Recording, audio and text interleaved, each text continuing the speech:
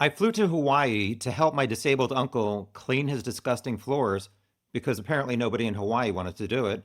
So I had to rent a pickup truck to transport this heavy duty floor cleaning machine. As I turned on a street, the right side of the truck went up on the curb and sideswiped a fire hydrant. Whoops! Followed by crap. I declined rental car insurance, followed by a letter stating that I owed over $2,500 for repairs. Spoiler alert, my credit card paid for all of it except $188 for diminishment of value. This video describes my experience of filing a claim for reimbursement and also tips about paying for or declining rental car insurance for your next trip. I'm not in the insurance industry, so please do your own research and consult your insurance policies as well as your credit card benefits to confirm your coverage. Before I discuss insurance options, I'll summarize my experience. Right after I got in the accident, I called the rental car company, Avis, and they sent someone to replace the punctured tire. Next, I called my credit card company, Citi, who emailed a link to file a claim within 60 days and upload documents within 180 days.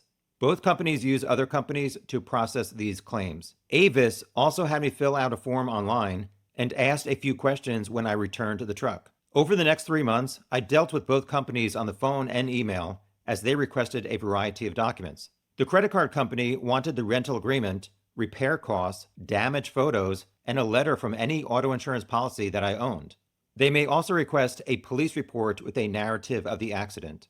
After about 3 months, my credit card company sent me a check for $2,376, which covered everything except $188.31 for diminishment of value, which was 10% of the vehicle damage. After I got that money, I then paid for the car repairs using my credit card. Next, I'm going to review rental car insurance options. Typically, there's 4 types of coverage. The first one is known as loss damage waiver or collision damage waiver. That covers if the car gets damaged or stolen. For this type of coverage, there could be a possible deductible from $1,000 to $3,000 or more. A deductible means you must pay that amount before the insurance covers the rest of the repair. The second of 4 types is personal accident insurance. This covers medical expenses for you and passengers in your car. Third, liability insurance. This covers injuries or damage you cause to other people or property. Finally, personal effects protection will cover theft of your personal items inside the rental car. So when should you pay for rental car insurance? If you don't have the right credit card coverage, also if you want peace of mind. For example, if you're traveling in an unfamiliar area or renting a luxury car or a vehicle you don't have experience driving. You don't have personal auto insurance that would cover a rental car accident. You're renting for a long period. Also take into consideration, can you afford the deductible? If not, rental insurance might be safer. When to decline rental insurance. When your existing insurance policies like health, life, homeowner or renter, and car insurance will cover any possible consequences of a rental car accident. Your credit card covers both collision and liability, or you're renting in a safe, low-risk area for a short time. Primary auto insurance policies likely cover liability, comprehensive, and collision damage to a rental car, but check your policy for limitations. The coverage limits and deductibles on your personal policy will probably also apply to your rental car. You might want to purchase insurance from the rental company if you have a high deductible on your personal policy or if you are renting a high-value vehicle. Some policies may not cover rentals for certain purposes like business use or in certain locations. This next section details credit card coverage.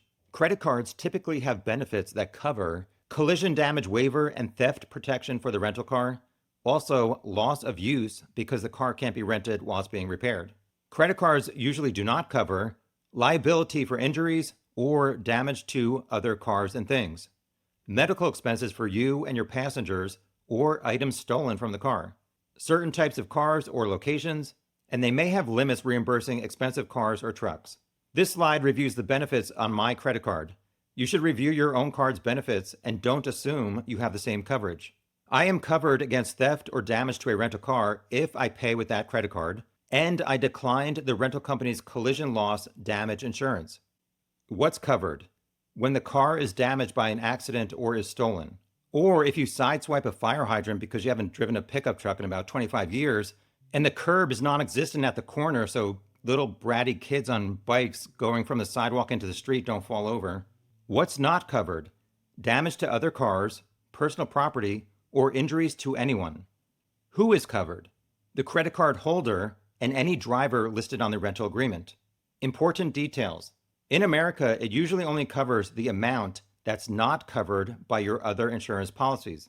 At the time of this accident, I did not have a car, so I did not have a primary insurance policy. That is why my credit card covered the majority of the repairs.